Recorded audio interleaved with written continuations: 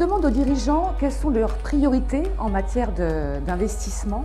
La réponse est unanime.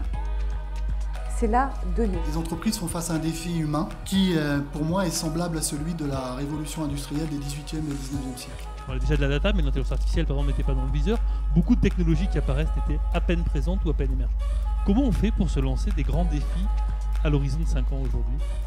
Pour nous, ça a été vraiment une histoire de collectif, de mobilisation et de co-construction. Transformer, ça veut dire aller de plus en plus vite dans un secteur qui est extrêmement concurrentiel face à des concurrents qui, eux, ne perdent pas de temps. C'est très bien d'avoir une stratégie, mais le plus important, c'est l'exécution.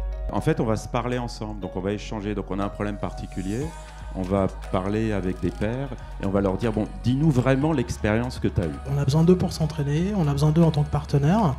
Effectivement, je crois que nous avons aujourd'hui une quinzaine de technologies majeures. Nous, on croit beaucoup. Moi, je suis intéressé pour discuter avec le maximum d'entreprises pour être en compétition, mais être aussi en coopération. Et là, on s'est rendu compte qu'on avait une capacité à attirer des jeunes qui sont en recherche d'autres façons de travailler, pas de la façon classique. Comme une start-up ferait des Comme soirées. une start-up. Aujourd'hui, on a parlé beaucoup de technologie ce soir, beaucoup d'Internet des objets aussi qui arrivent.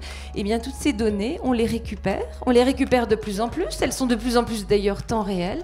Et grâce à ça, on va surveiller la consommation de nos clients pour les aider à économiser l'énergie.